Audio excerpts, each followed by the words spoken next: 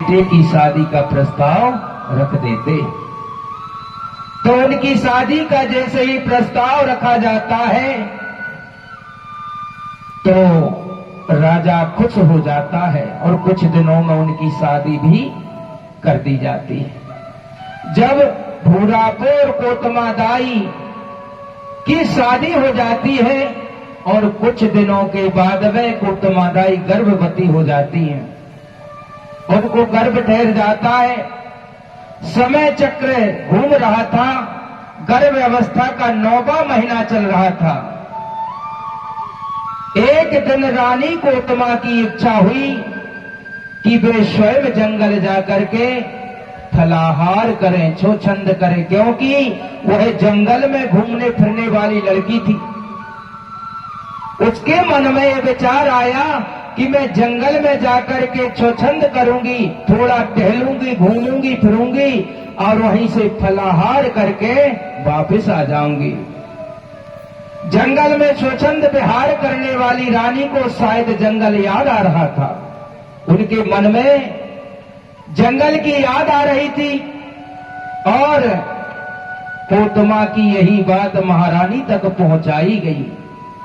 कोतमा दाई ने अपनी दासियों से, उनकी जो सहेलियां थी, उनके साथ जो रहती थी सेविका, उनसे कहा कि जाओ हमारी दाई महारानी से कहना कि कोतमा वन विहार करना चाहती है, फलाहार करना चाहती, घूमना चाहती है, उसका घर में मन नहीं लग रहा है।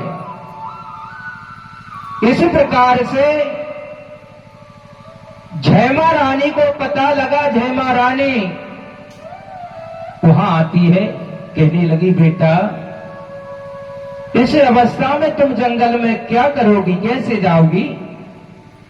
वहां पर तुम्हारे साथ कोई घटना भी घट सकती है। वहां पर तुम्हारे साथ कोई घटना भी घट सकती है, इसलिए बेटी तुम घर पर ही रहो। अगर तुम्हारी जो इच्छा है उस इच्छा को हम घर बैठे ही पूरी करा देंगे।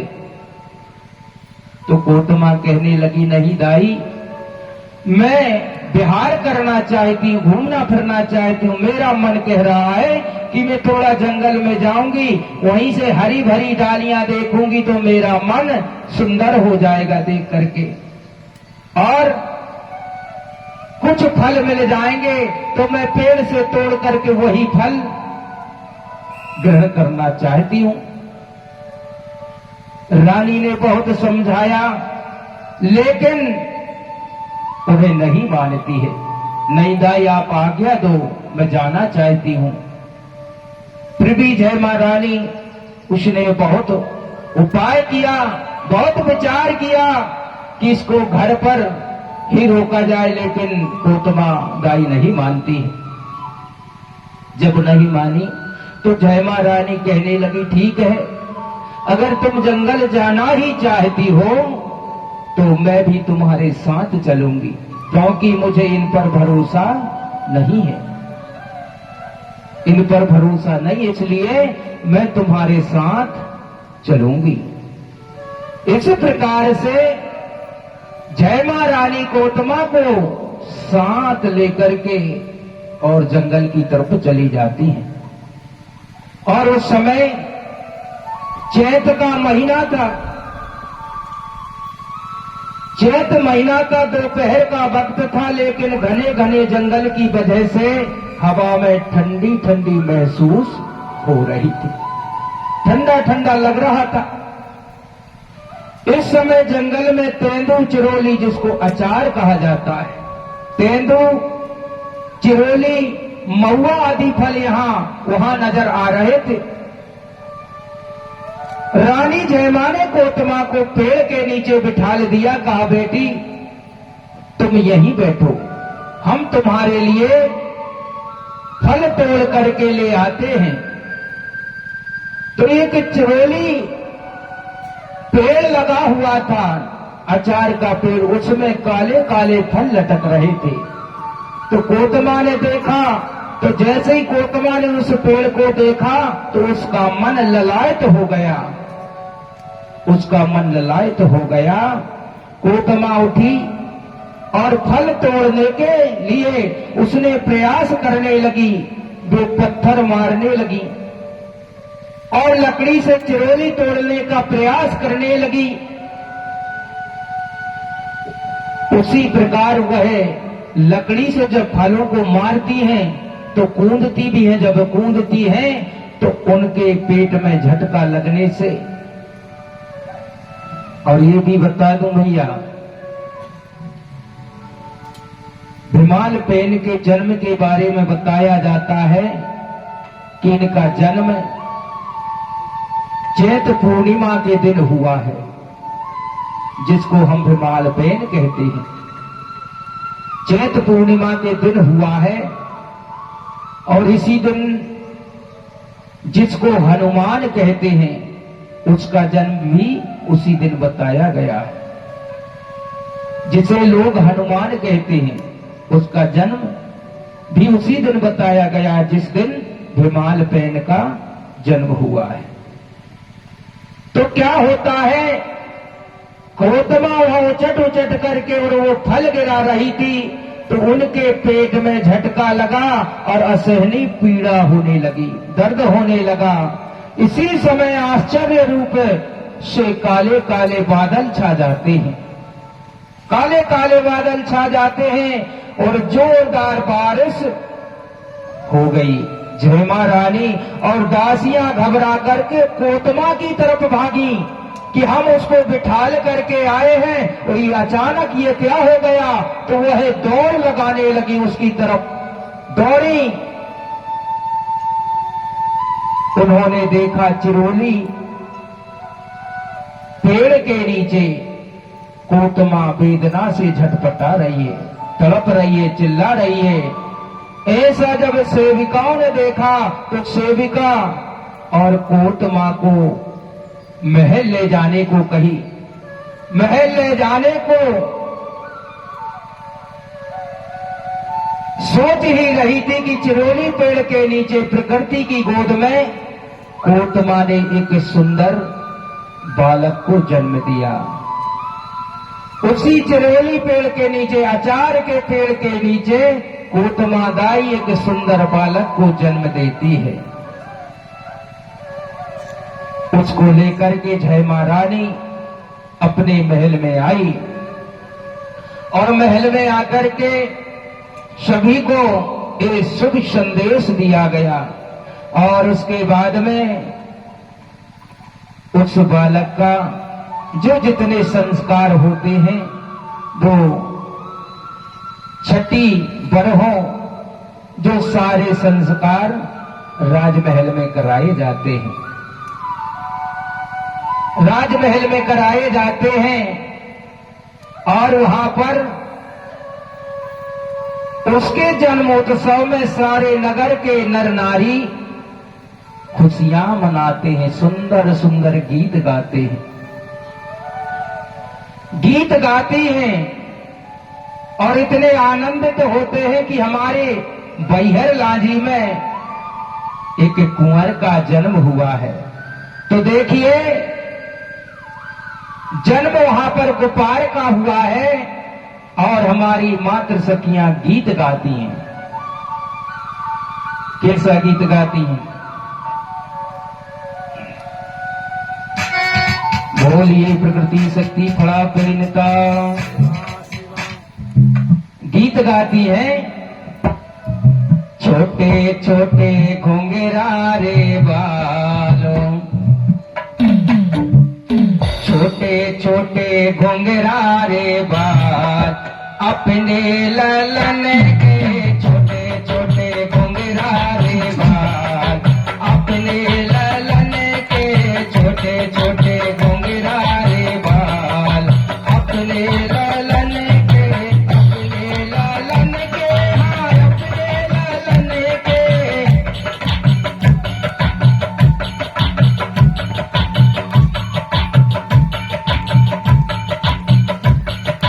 छोटे छोटे घुंघरा रे बाल, अपने ललन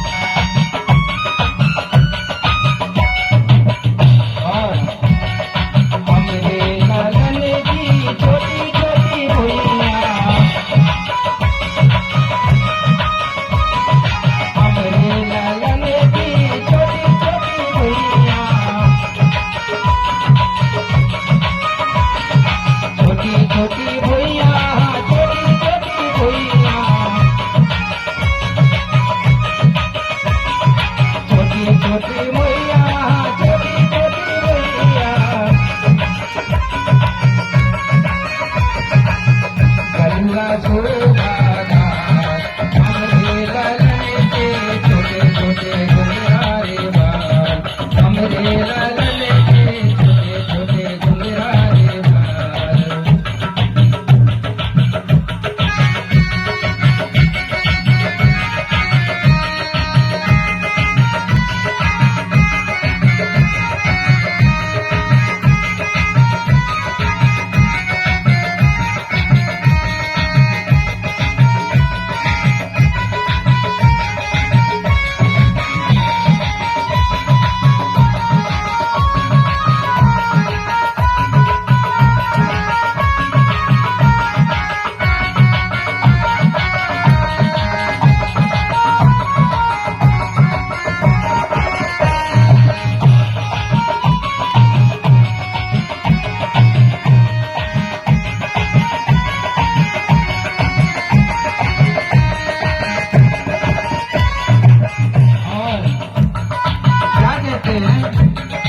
हमरे लालन की छोटी छोटी अंगुली,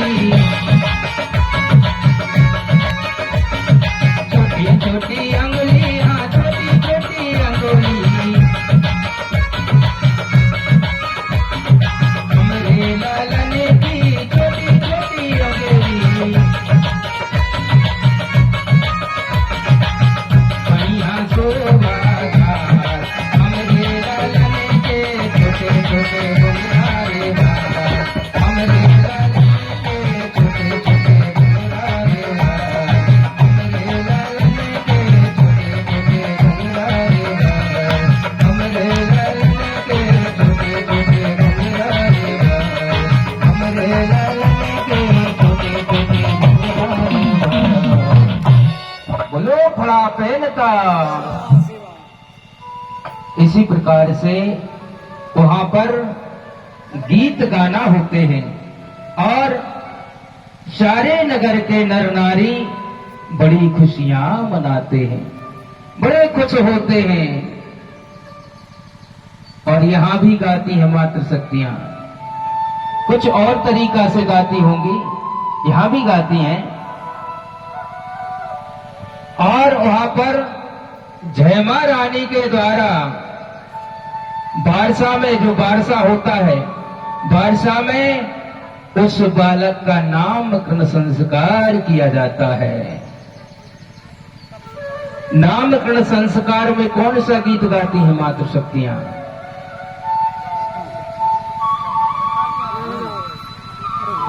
तरना को नाना नाना री नानी, तरना को नाना रे ना, ए दैयो तरना को नाना रे ना।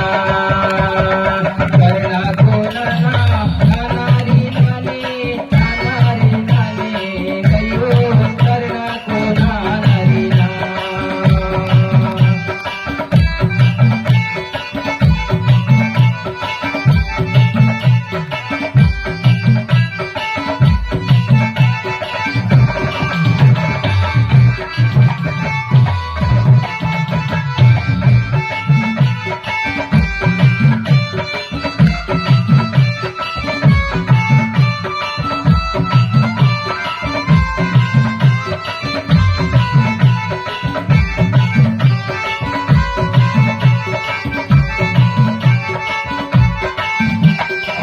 क्या कहती है? कांसे की थारे में लोया जला के, लोटा में दूध भरा, दैयो लोटा में दूध भरा।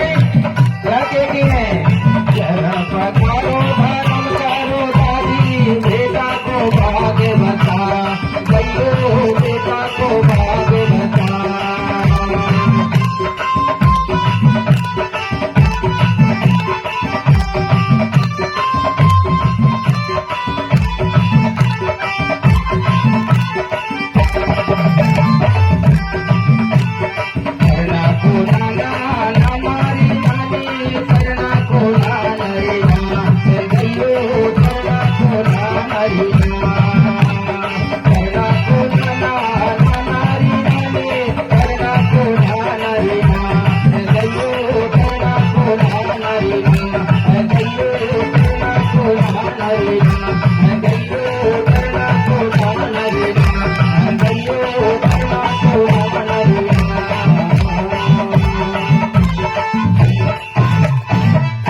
कोई खराब भेदता। तो इस प्रकार से उस बच्चे का नामकरण संस्कार किया जाता है और उस बच्चे का नाम भीमा रखा जाता है, भीमा रखा जाता है।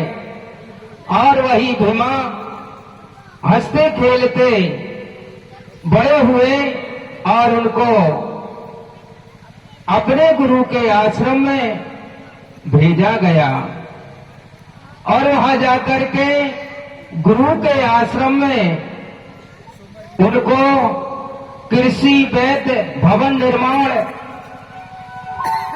तंद्री वाहन गीत नृत्य जोग तंद्री आदि कला सिखाई गई।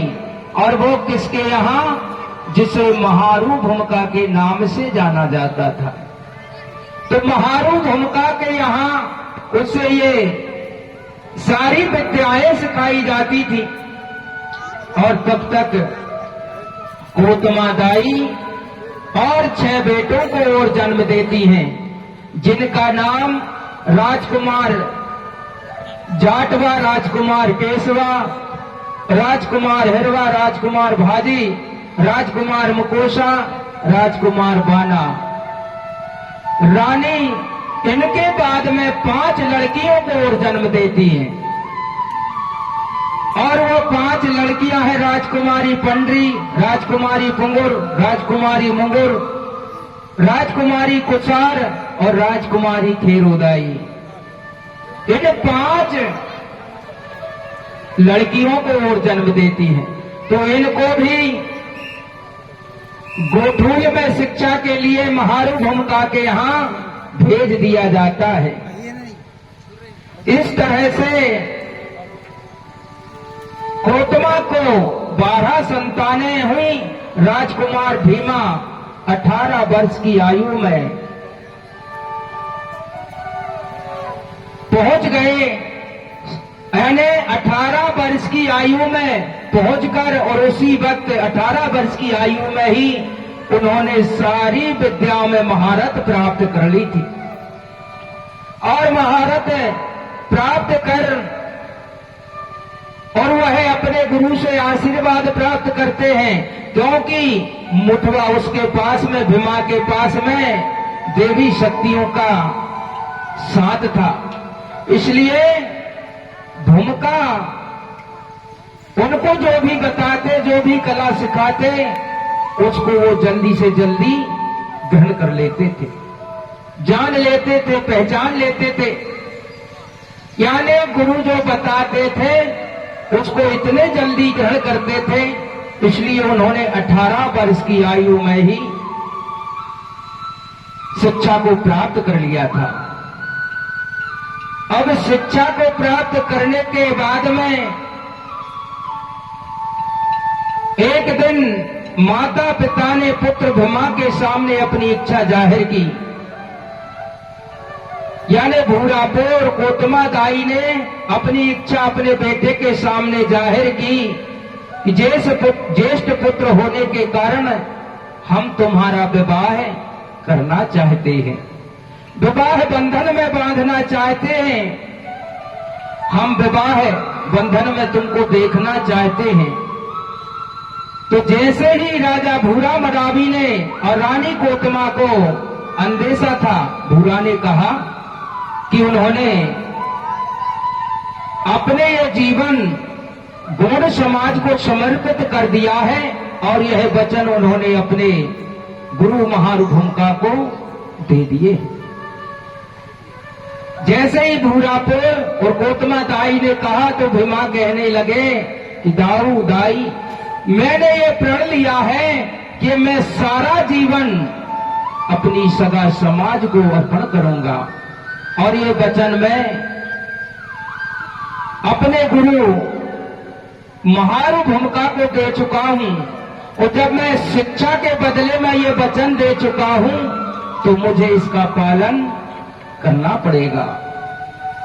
ऐसी बात उसने कहा तो उसी वक्त क्या होता है, उसके मामा जो थे लोहांडी घोड़ा राजा शिवताऊई का, उनके यहां भी दो लड़कियां थीं जिनके बारे में बताया जाता है कि वो दो लड़कियां जुड़वा थीं, दोनों लड़कियां जुड़वा थीं। यानी एक जो काम करती थी दूसरे का मन भी उधर ही लग जाता था, यानी ऐसे गुण स्वभाव दोनों के मिलते थे। तो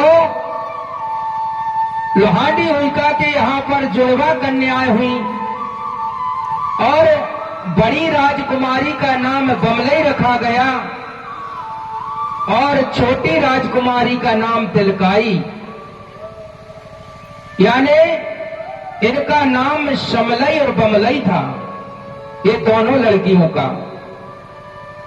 तो ये दोनों बहनें जन्म से ही देवी शक्तियों से युक्त थी, दोनों की गोठूल शिक्षा पूर्ण हो चुकी थी। यहां बेंदुलागढ़ रियासत के राजा शिवताऊई और रानी मनको, उनकी माता का नाम था मनको और पिता का नाम था शिवता, बैठ करके विचार करते हैं। बैठ करके विचार करते राजा के मन में ये चिंता छा रही थी